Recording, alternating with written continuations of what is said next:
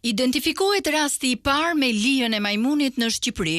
Burimet të Top Channel konfirmojnë se sëmundja infektive virale shkaktuar nga virusi monkeypox është diagnostikuar tek një i ri rreth të 30-tave.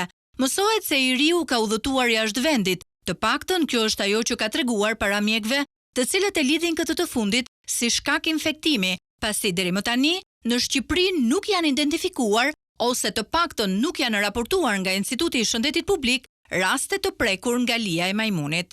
Simptomat e kësaj sëmundjeje janë temperaturë, dhimbje trupi, enjtje të nyjave limfatike, skuqje dhe puçra që shndërrohen në fluska me kore. Ato dalin zakonisht në duar, fytyrë dhe organe genitale.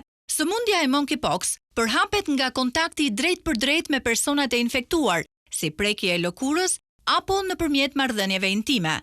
Por një person mund të infektohet edhe nga kontakti i objekteve të kontaminuara, si çarçafët, peshqirët apo rrobat. Monkeypox është sëmundje e Afrikës pasi virusi qarkullon tek kafshët e egra.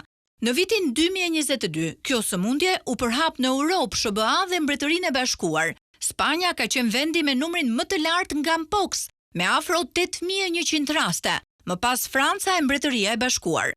Sëmundja e monkeypox është e kurueshme. Personi duhet të izolohet nga anëtarët e tjerë të familjes. Ajo shfaq simptoma më të rënda tek fëmijët apo personat me imunitet të dobët.